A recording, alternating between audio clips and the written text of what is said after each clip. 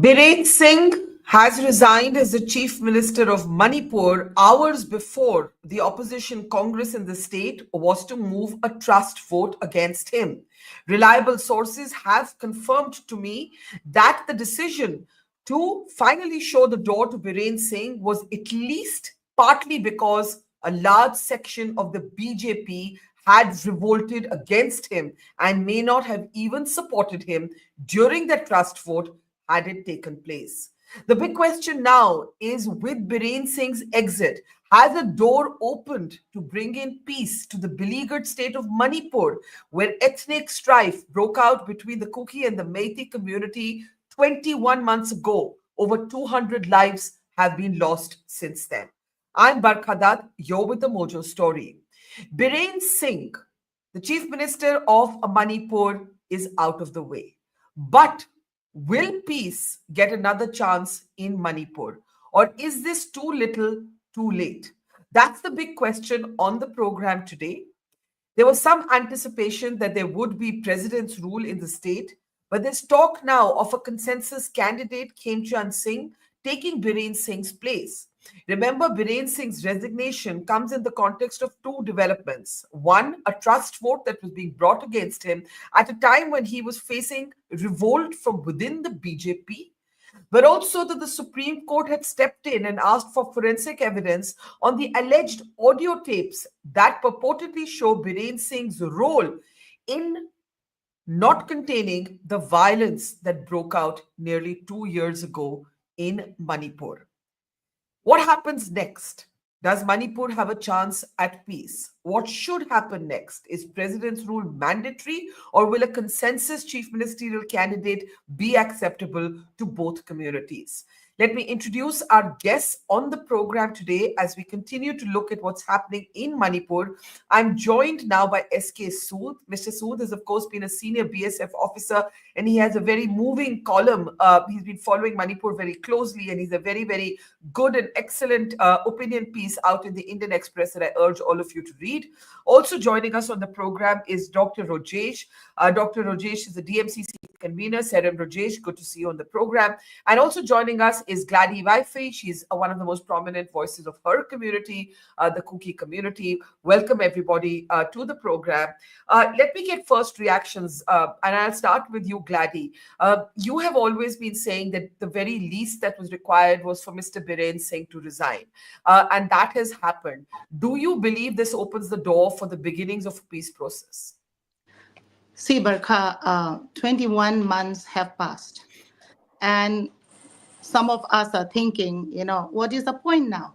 Whether he's resigned or no resignation has no significance, because we all know that, this is like to get away from a kick on his face, because, no confidence motion has to be moved, that just a day before that, his resignation came.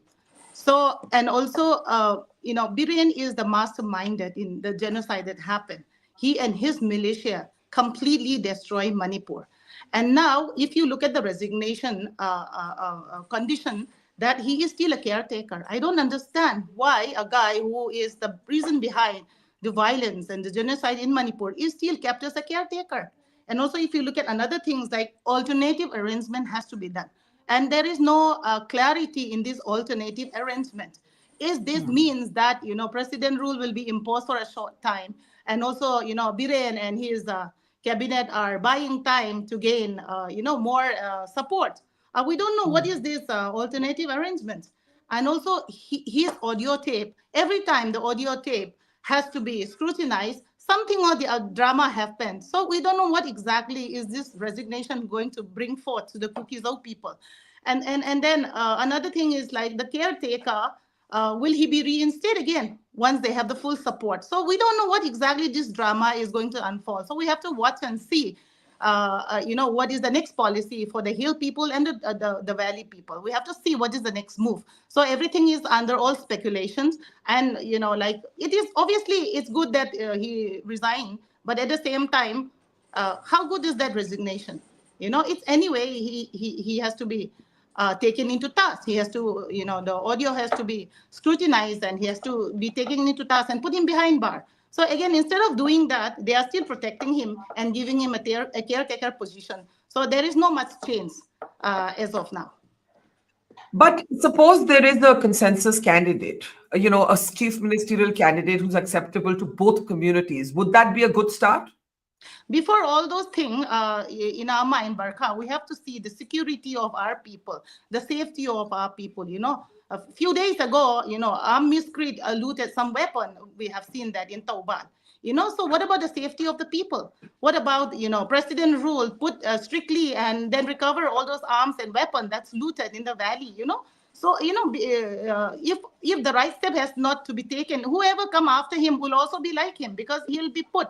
How do we know he'll be put by him? So this whole changes is not much impact in the peace process in Manipur. Dr. Rajesh, what do you think? The fact of the matter is that the timing is quite intriguing. At the height of demands for Biren Singh's resignation, the government did not yield. Biren Singh was in fact protected. Now, at least my sources tell me that Biren Singh was losing the support of his own party, or a large section of his own party. And then in parallel, there was the Supreme Court investigation of the audio tapes in which petitioners have alleged that his voice on audio shows his role, his culpability in the violence and his failure to contain it. Do you think this is a welcome development, Dr. Rajesh? Barkha, no, this development is also very interesting. And yesterday also, our groups in Delhi, the Delhi Meitei Coordinating Committee, we had a emergency meeting, and we have discussed thoroughly that what is going on and what is the next step that the government of India is going to do. Of course, as you all know, that it means Biren Singh has been a willingly scapegoat for the central government, and as you know that, of course, the chief minister, as a full state chief minister, he was responsible on the 3rd May, that when the in 4 districts, the Kuki armed militant have actually attacked on the Meitei communities. The police did not come. There was no reinforcement. They did not try to stop the violence. And as you all know, that even the chief of the army have already said that this violence is actually occurred because of the rumor, and as now the fact has already come, and then the Kuki armed militant who were involved of attacking on the Meitei villages in 4 Kuki dominated districts on the 3rd May, there is no justice, but still there is no action against those perpetrators, and there is no agreement. There is no action taken by the central government, that the Manipur state government have already resolved on the Manipur State Assembly by all the community except the Kuki MLAs were not there on the last March, that the assembly has resolved that the suspension operation, which is the actually institutionalized form of military and the Kuki militants and the Indian security forces, their jugalbadi, and this has to be stopped, because but it has Okay, not hang been done. on, hang on, No, hang on, hang on, hang on, hang on. You called him a scapegoat. Let's go one yeah, by one. You called he Biren Singh a is scapegoat. Why are you calling him a scapegoat? No, he is scapegoat because from the 4th May, when the DGP was appointed, that without the consultation from the chief minister, the moment from the 4th May, actually his power has already removed. And the moment the security advisor was appointed, he was no more a formal, even though in the namesake he was a chief minister, but he was not commanding the security forces. And the security forces were not listening to what he is actually, and he was actually put to defend the home minister and prime minister. Having said that, there is a policy for the now. If you ask to any of the community member or even the Meiteis, also Meitei scholars, they are clearly saying that this war is actually designed from Delhi, and to actually for geopolitics and the Burma policy, that the government of India wanted to some kind of support from the Kuki armed militant to control or even spread So, their so hands you're in Burma. blaming. I'm No, so confused. 1 minute, 1 minute, 1 minute. You are yeah, actually blaming the Modi government at the center for colluding with the Kuki groups for such no, I am. geopolitical play. 1 minute, in which Biren Singh, their own party colleague, is the scapegoat. Am I hearing you No, right? yeah.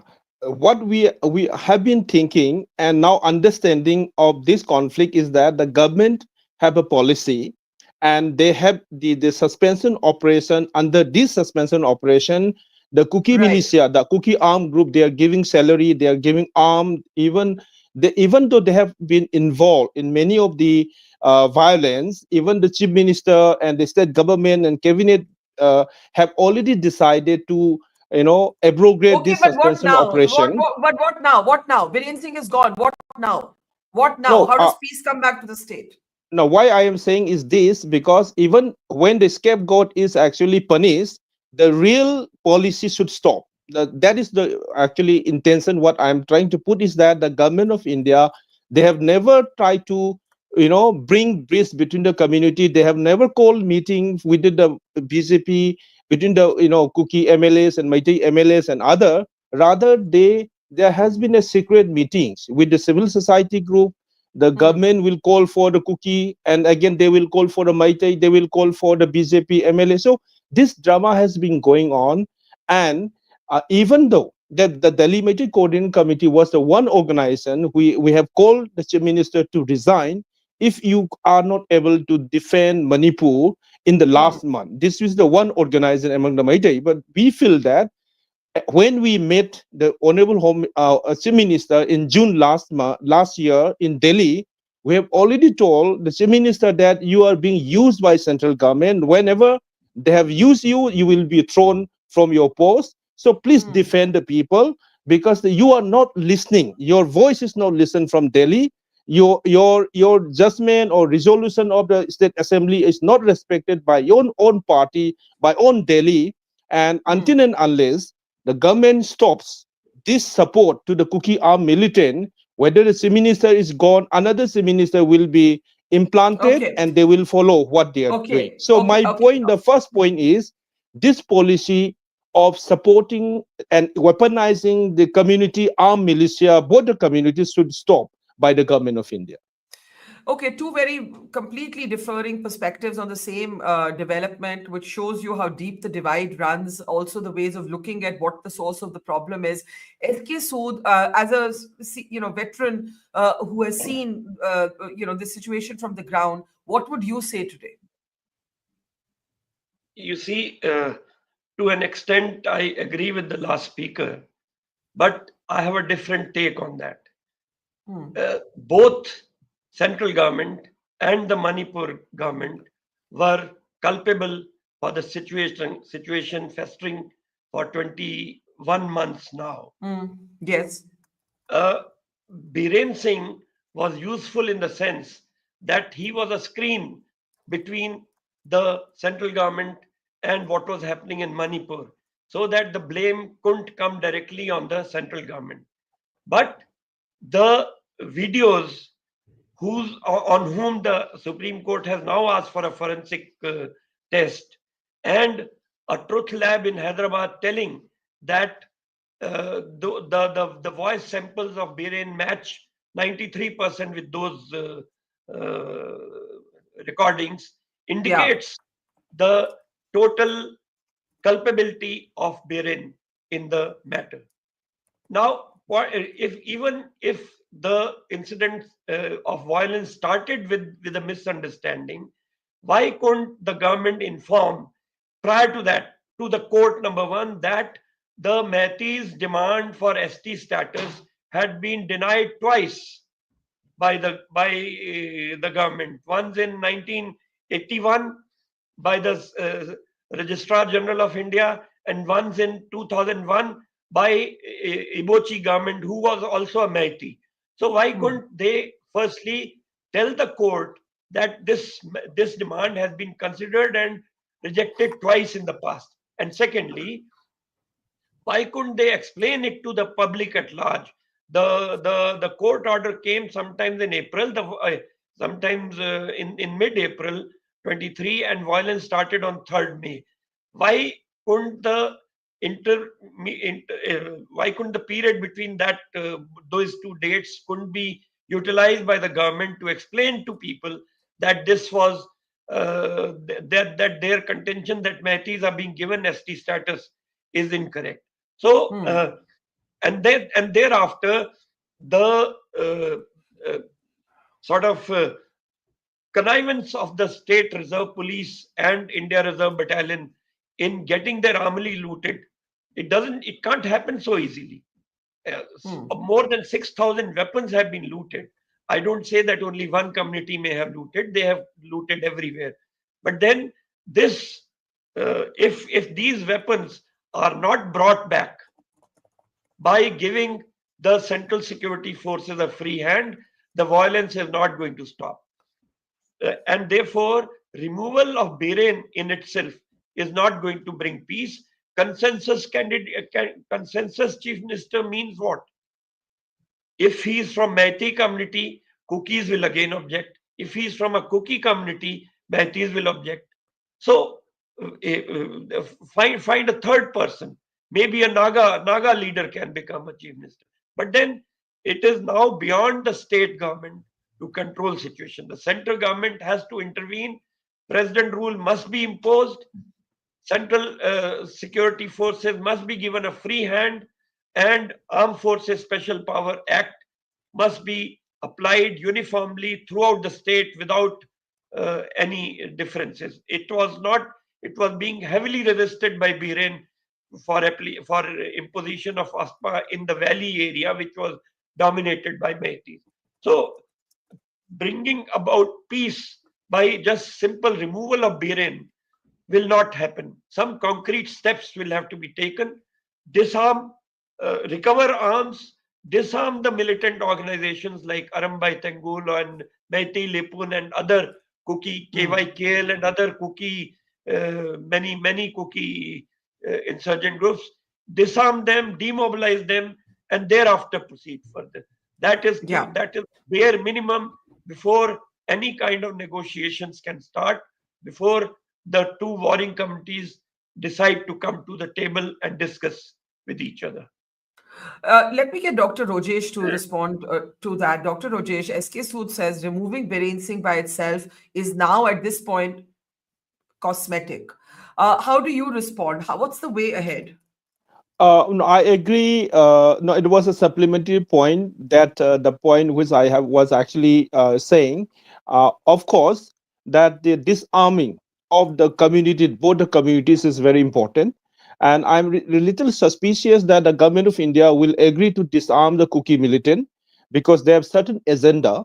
And now many observers in Manipur now saying that now Kuki arms groups have been used as a part of the counter-insurgency operation in not only in Manipur but also in Burma. Now, recently, in last month, there are reports that the KNAB have actually attacked in the BAN organization in Manipur, and of course, in the media report says that in the KNAB, among the dead people from the Aadhaar card, it was reported in media that some people are from Shochanpur. That means that these Kuki armed groups were used as also part of the counter-insurgency operations in Manipur and also in Burma. So that is how this conflict is continuing, and the silence of Prime Minister has a conspiracy, because if this happened to any part of India, it would never allow to happen. But unfortunately, it allows to happen in Manipur because there is, without some objective, I think government of India will not be a silent spectator as now we are today. Because recently, in last month, the DC office and the SP office was attacked in Kangpokpi district in last month, and the SP himself was also injured, and that was done by the Kuki armed militant. But was there any action taken? No. Recently, in 3-4 days back, in Kangpokpi, in the headquarters, the Kuki militant are playing with AK-47 rifles and M16 rifle with football ground. If this happened to Jammu and Kashmir and anywhere, the army and other people would have already rushed and they would have done the combing operation, but nothing has been done.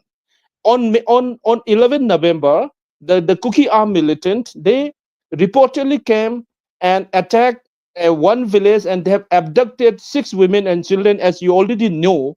and the CRPM was attacked. And after that, 4 days of abduction, the government or army did not do anything. As the No, honorable, but what is the way forward? Because I've no, heard both. What is the way no, my forward? point, the way forward is basically saying that this, by replacing the chief minister, the first is that now the home minister is now direct responsibility of rule of law in Manipur, and the prime minister is also Well, not right. responsible. Well, uh, not right now. There's no president's rule. Right now, he's the caretaker chief minister, no, and they may have another. these are This is all not the game. president's rule. Yeah, No, but it's not look, president's Barkha, rule. no, these are all part of the game. These are all part of the game. That is why we have been saying that take someone charge of Manipur and take Okay, action against whoever law breakers, whether it is a Meitei or whether it's a Kuki, whoever have the guns fair should be enough. disarmed. But I don't, you will never listen from any of our other community that they want disarm, because they only say separate administration, union territory by attacking a community. You will never listen from any of the Okay, spokesperson from the okay. community.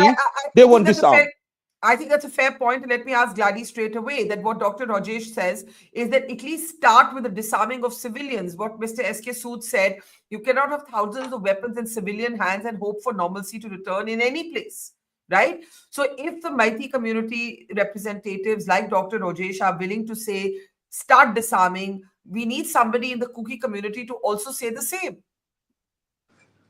Barkha, when it comes to Dr. Rajesh, he's a liar. So his point, I will not take it seriously, because once we had a press conference and he say in Imphal Valley, no cookies or houses and churches were touched or attacked. So he's a liar. His point is never valid. I Okay, don't okay, want to let's listen stay to on him. the But issue. Let's not personally when it attack each come other. to no, it's Let's okay. not But personally, no, let's not yes. personally attack So each when it other. come to He's not Sood, personally sir, attacked you. You also don't personally attack him. no, Please, Gladys. he's a liar, and that's Okay, okay, but proven. let's not Okay. use slurs on And my so show. when it Yeah. comes to Suji, what he say, 100% I agree. Put president rule, okay? Recover all those arms and weapons, and then catch all the Arambai Tengol. So Dr. Rogers, your Arambai Tengol and your Meitei Lipan roaming around with all these machine guns. Have you not seen them?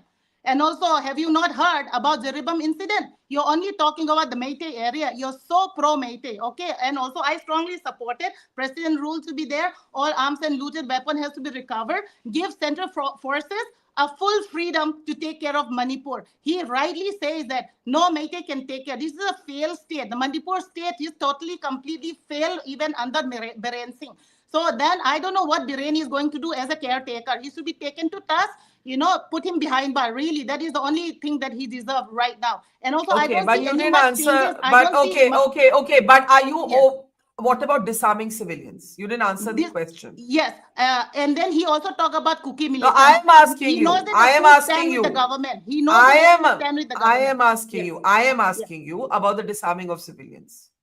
Yes, if President rule come, everything will be clean. That is why we've been praying for President rule right from day one. Why don't we give our men in uniform control over this lawless state? What are we still hoping of alternative government? Or why are we even thinking of the rest of the option? And we are talking Burma and so many other things. The main point is Biren and his militia are the first person who started this genocide. Put him to task. What about his Okay. audio leak? 20, Okay. 93% of his audio is authentic. So let's say 100%. Why are we so protecting about him? If Biren was from any other party, he'll not get this kind of cushioning. That's 100% sure. So let's put President rule. We've been saying this Okay.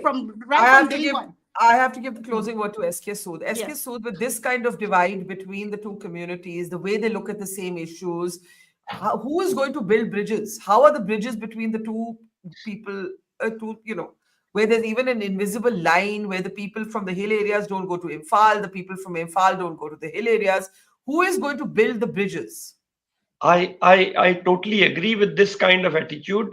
It is going to be very, very difficult to build bridges. Yeah. But then things have to be resolved. And therefore, in my view, the government should go about identifying independent organizations and individuals, including the third tribe, that is Naga tribes, who have so far kept themselves at equidistance from each other, including the leaders from that community. And having worked there in Chudachandpur on 2 tenures, I know that Gaon Budas are a respected lot. If we sort of rope in Gaon Budas to convince their own respective communities to Yeah. come to terms with each other, I think we can achieve some progress. But then before that, the society has to be disarmed. Weapons have to be taken out, and uh, whichever militant organization is there, whether it is Kuki, whether it is Naga, or Nagas so far not there, but even those, or Meitei terrorist organizations, they have to be totally demobilized. They have to be controlled. You cannot have a situation where an organization gives a diktat to all the elected legislators to come to a meeting and toe their line. This is what happened in January last year when Narambai Tangol called all the legislators from Manipur. So removal of Biren is the first step. Disarming the society is the second step. And then third is over 10,000 FIRs which are there. None of them has been, probably not even, what I heard last was not even 6% of them have been investigated, or even investigation. So unless you bring closure to the people who have suffered due to violence, whether they are cookies or whether they are Meiteis, how can they come together Absolutely. for talk? So so Absolutely. so first thing is to convince people of different communities separately, involve third party, and then bring them both to a table together to talk to each other and resolve issues. So that is how the progress has to be achieved. But then for that, symbolic acts. I had when I had shared my article yesterday with somebody, that General Saab commented, "बहुत देर कर दी जनाब जाते जाते." So, I mean, something which should have happened on 3rd May, or at least after those two ladies from a community were paraded naked, he should have gone, he should have been kicked out.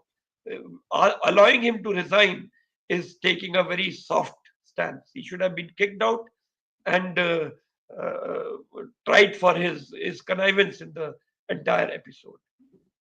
Strong words there. Dr. Rajesh, I saw your hand go up. I just want to quickly ask you, so that this doesn't become a slugfest between you and Gladdy, this suggestion from Mr. Sood that let the Nagas or the village elders be involved, would you support it? Yeah, like as you know, the first Chief Minister after the Manipur became statehood in 1972 was a Muslim, and the Risankar Singh was the longest, was the Chief Minister from Tangkhul community. So from the Meitei community also, we don't have any problem. On even we also sometime earlier also thought that the cookies from Cookie, many of the respected members were become a cabinet minister, and there was no Chief Minister from Cookie, and even Kuki would also be one of the chief minister in earlier time, where before this problem started. Of course, Okay. Naga or anyone can be a chief minister, because as you all know that Manipur is a 34 recognized tribes are there, and we are actually still saying that the coexistence, and Manipur is a hill area, and it's a hill region and hill state, and it's a small valley. It's just part of the mountainous region.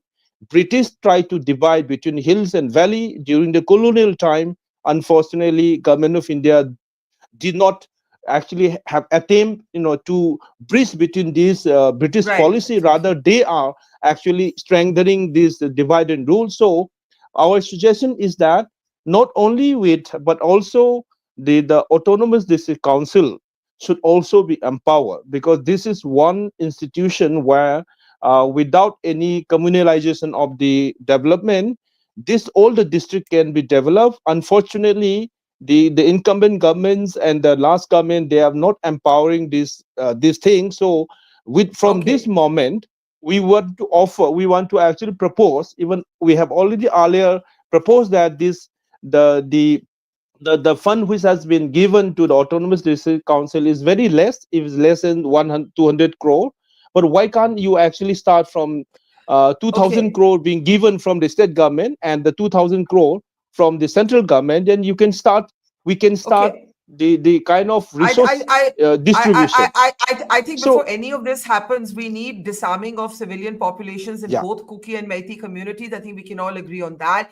I think we need people who can bring both communities to the table. Gladdy, very quickly, and then Mr. Sood gets the last word. I have to close. Please keep it brief. Yes. Yes, Barkha, no matter what happened, whether Biren stay, Biren come, doesn't matter. Us, our political stand of separate administration stays with us. We have to be separated for our killer for security reason. We deserve, a life right to live.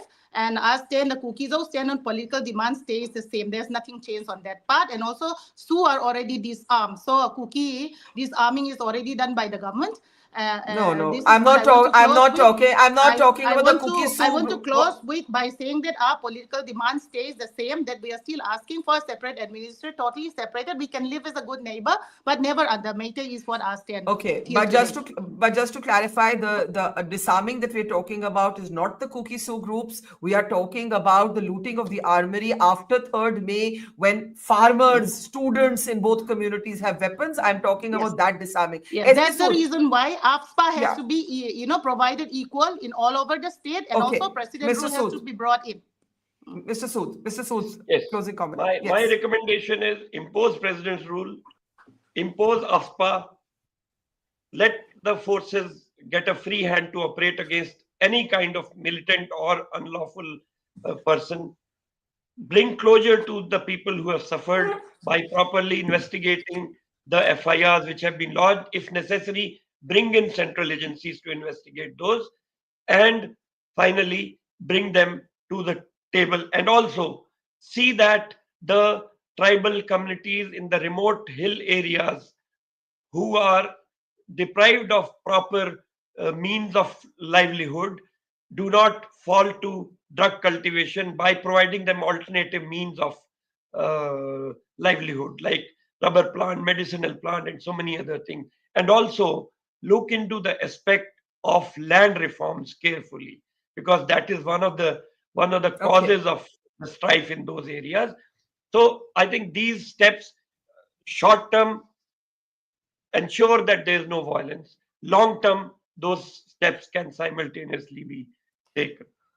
Well, it Thank you. needs I thank you, Mr. Sood. It needs a person of vision and compassion to, first of all, bring some sort of dialogue. Some intra-Manipur dialogue is the need of the hour, alongside the disarming of civilian population on both sides. Farmers and students, students should be in school, farmers should be in their fields.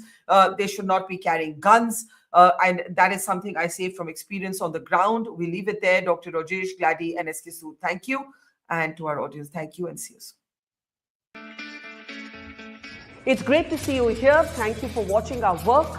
If you haven't subscribed yet, don't forget to click the bell icon and subscribe to Mojo Story and support independent, robust journalism.